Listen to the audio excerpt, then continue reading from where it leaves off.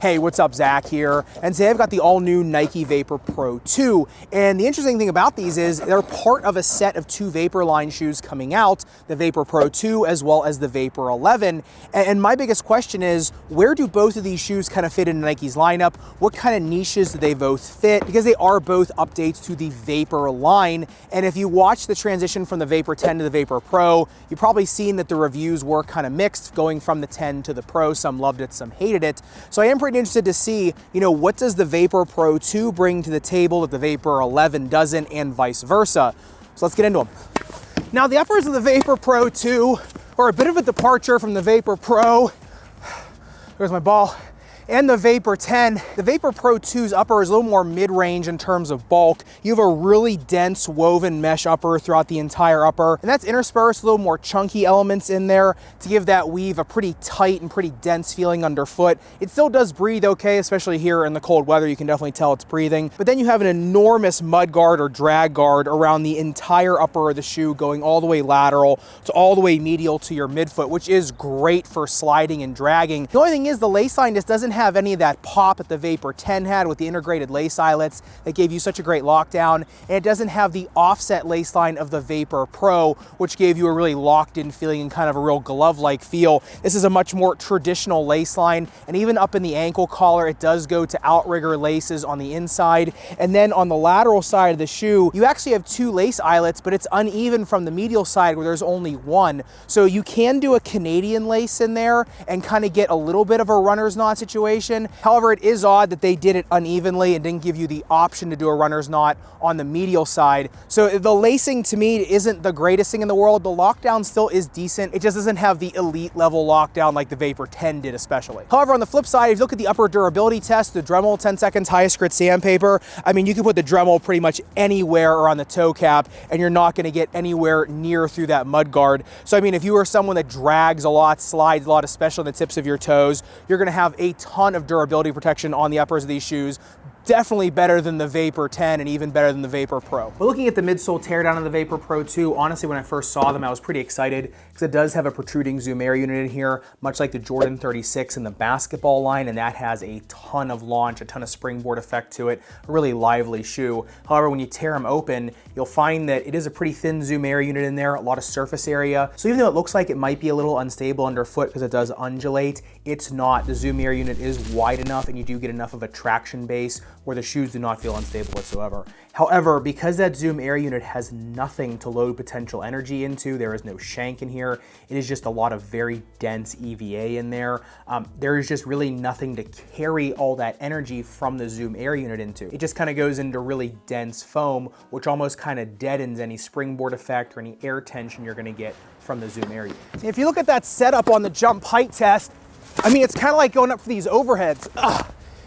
The protruding zoom air unit is nice. However, because it's encased in pretty dense rubber and the rest of the midsole is not all that lively, and I got 37.5 centimeters of jump height, it just really didn't feel like these were doing much for me because the shoe just feels a little bit dampened. It's almost like a shoe that has a vibration dampener in your racket. It's kind of an odd feeling. It just doesn't have that liveliness of some other shoes. And that's pretty interesting because the Jordan 36 and 36 low basketball shoes have the same protruding air setup as the Vapor Pro 2, and those give tremendous bounce, tremendous jump height.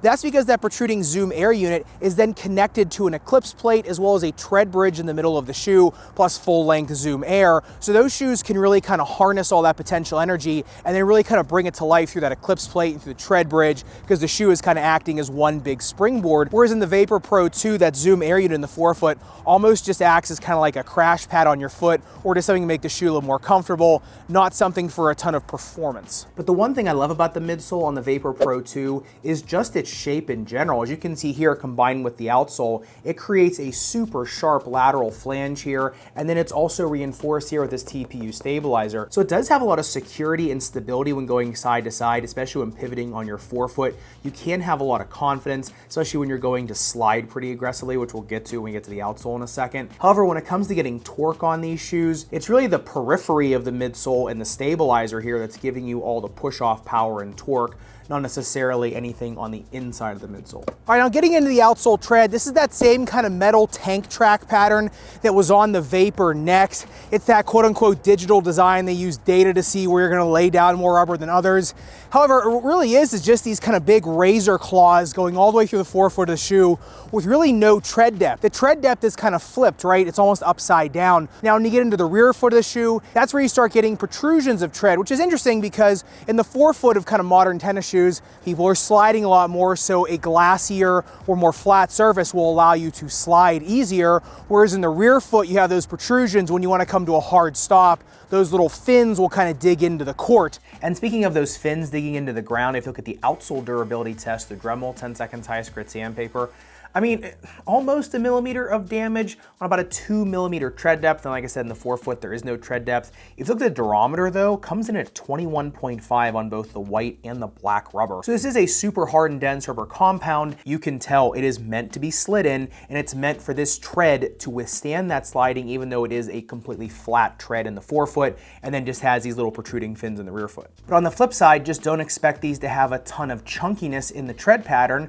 and really grab and grip a lot of different surfaces. So they're meant to grip using surface area and friction. So if you slide into your shots, you'll create a little bit of heat and this will grab the court. If you don't slide into your shot slot and you're trying to really aggressively grab the court side to side, these might start slipping out from underneath you. However, if you're buying these shoes, you're buying them to slide in. You're not buying them to be like a super crazy monster truck clay court style tread. And just kind of showing that in action, if you look at the Shuttle test, first time around 14.96 seconds, I was sliding all over the place. It's a cold court. I just really was not used to what these shoes were doing. I went back and did it again about 10 minutes later, came in at 14.63 seconds. Still not my best time out there. Obviously, these shoes just do not have a lot of get up and go. The springboard effect on these, like I said on the jump height test, it's not great from static stance. And when you're trying to get up and go on a straight line, they're just not that lively either. However, I did find on turns, once you learn how to slide in them, they slide very well and then they come to a stop pretty easily. So for side to side sliding type speed, that really niche type player, they will give you a decent amount of speed. Just don't expect that real strong push up or that really strong snap back when you're trying to get back for the next step. These shoes just don't really have it in them. The Court Zoom Next is honestly a better shoe for that. But getting into the fit of the Vapor Pro 2, honestly pleasantly surprised. They don't have any of the plastic clips of the Vapor Pro, so they're not gonna pinch you like the Vapor Pro could for some foot types. I saw a lot in the comments section. They're a much more pillowy type upper, much more like the Vapor 10 they will break in. So I'd say if you are a narrow medium foot, I would just go true to size. If you are a 2E and want a 1-to-1 performance fit, you can just go true to size and break them in a little bit. However, if you are a 2E and want to go up that half size for more room, you can do that. Just remember, use the Canadian lacing technique. I'm not sure if that's the real name for that. That's just the name I heard when I was in school. But in terms of foot types or foot ailments you might be having, I will say for a more minimalist shoe, they do have good ankle sprain protection because of how wide the flange is, because of the continuous tread pattern. They actually are pretty darn stable underfoot, and they are a little bit bottom heavy, so you are kind of getting a nice solid base.